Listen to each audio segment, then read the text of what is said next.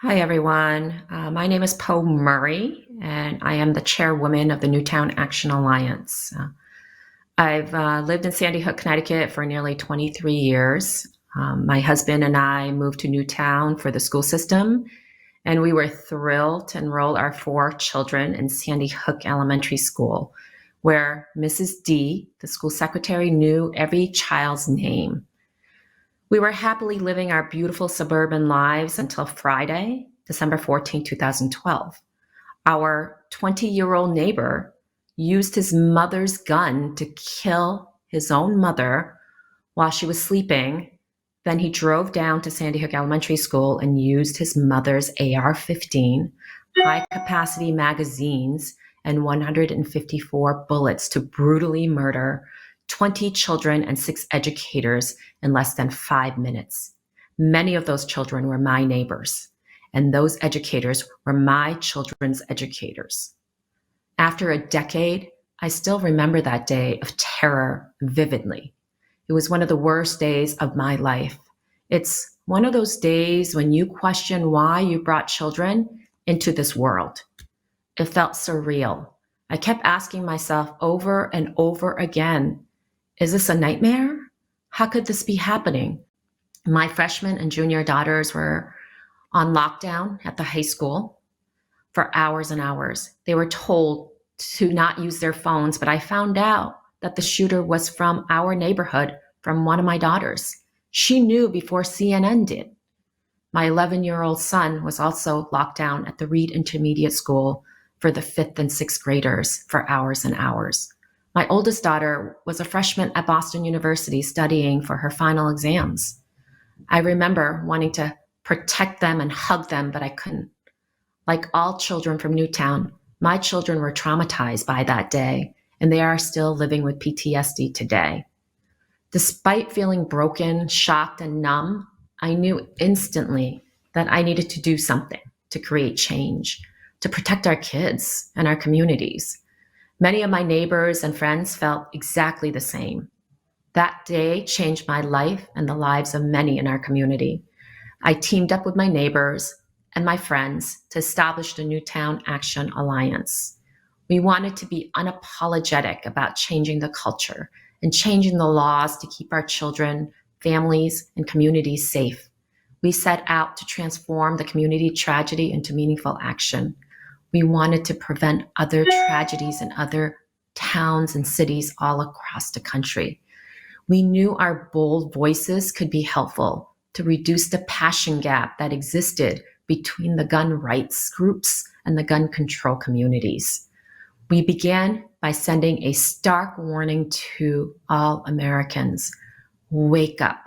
If it can happen here in Newtown, then it can happen anywhere.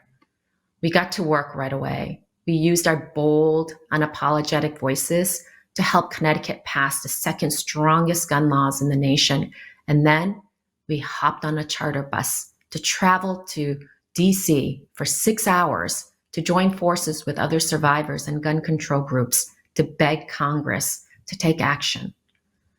At our very first press conference in DC, we promised that we would be back on Capitol Hill with more and more families from all communities impacted by gun violence until Congress honored them with action. In April of 2013, we were shocked and angry when the Senate Republicans and some cowardly Senate Democrats used the filibuster to block the Mansion to Me background check bill and the assault weapons ban amendment. We didn't let that deter us, though. For the past decade, we returned to DC with more and more survivors and advocates to demand action. Since the Sandy Hook tragedy, over 1 million Americans have been shot. Therefore, the family of survivors is growing. Our second bus trip to Capitol Hill was on the 6-month mark of the Sandy Hook tragedy. We formed the Human Ribbon of Remembrance with many survivors. On our third bus trip to Capitol Hill, on the 9-month mark of the tragedy, we invited Chicago survivors to join us. Newtown and Chicago lobbied Congress together, side by side. We begged Congress to act to end all forms of gun violence. On our fourth bus trip to DC, on the 1 year mark of the Sandy Hook shooting, we asked survivors from all corners of America to join us at the first annual National Vigil for All Victims of Gun Violence at the National Cathedral in DC. We have been hopping on the bus to DC for the last decade to change the hearts and minds. This December, we will be hosting the 10th annual National Vigil for All Victims of Gun Violence. Once again, we will be joined by survivors from all corners of America, and we will once again lobby Congress together to urge them to take bold action to end the gun violence public health crisis that is plaguing our nation and making all of us fear for the loss of our children's lives. I believe the survivors have made a difference. We know that there is room for change when Republican staffers shed tears with us. Many have empathy and they want to do the right thing. Yesterday, Senators Murphy, Sinema, Cornyn, and Tillis introduced the bipartisan Safer Communities Act, which is the compromise bill in response to Buffalo, Uvalde, Tulsa, and other recent mass shootings. 14 Republicans voted to move the bill to debate, and the bill will be voted on tomorrow. We met with many of those offices during the last month. While the bill is not exactly what we need or want, the bill is a step in the right direction and it will save lives. Therefore, we will call on the Senate to vote yes so that the House can pass it and send it to President Biden's desk for his signature. No one policy will do the job. Newtown Action Alliance is an organization that has unapologetically pushed for a set of bold, comprehensive policies to dramatically end all forms of gun violence in America. Therefore, we will continue to push the Senate to end the filibuster, to pass the bills that were passed out of the House of Representatives, such as H.R. 8, Bipartisan Background Checks Act, H.R. 1446, Enhanced Background Checks Act, H.R. 7910, Protecting Our Kids Act, which is an omnibus bill that includes raising the age to purchase AR-15s, limits on high-capacity magazines, and Ethan's Law to keep kids safe from unsecured guns, and H.R. 2377, Lucy Macbeth's bill that would establish a federal extreme risk protection orders. We will also urge the House and the Senate majority to take a stand on the following bills that will dramatically reduce all forms of gun violence by voting on assault weapons ban, Equal Access to Justice for Victims of Gun Violence Act to remove the gun industry's legal shield, and the Break the Cycle of Violence Act to fund community violence intervention programs. We will urge Congress to do more to establish limitations on the gun industry targeting of minors and its promotion of military missions in our streets, and other meaningful steps to substantially reduce the risk of school shootings and mass shootings.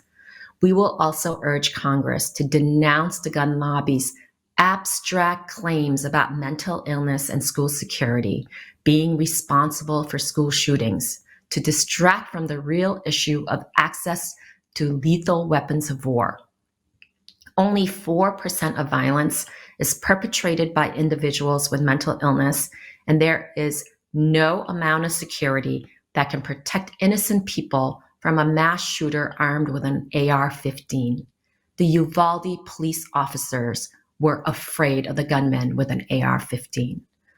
I have spoken to many gun violence survivors from all corners of America over the last few weeks, and many are expressing concerns that the Senate compromise bill would not have stopped the school and mass shootings that have devastated their families.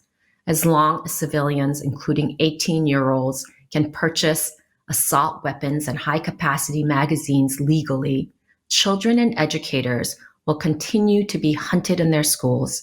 Elders will be hunted in supermarkets. Doctors will be hunted in hospitals, and we will continue to fear for our lives.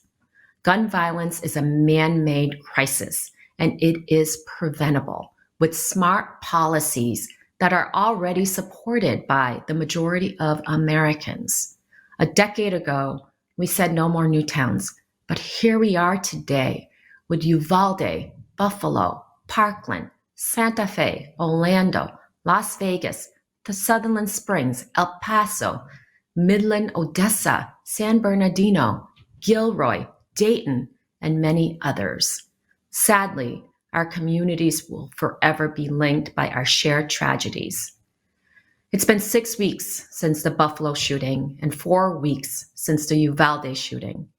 Newtown knows too well what Uvalde and Buffalo are dealing with right now.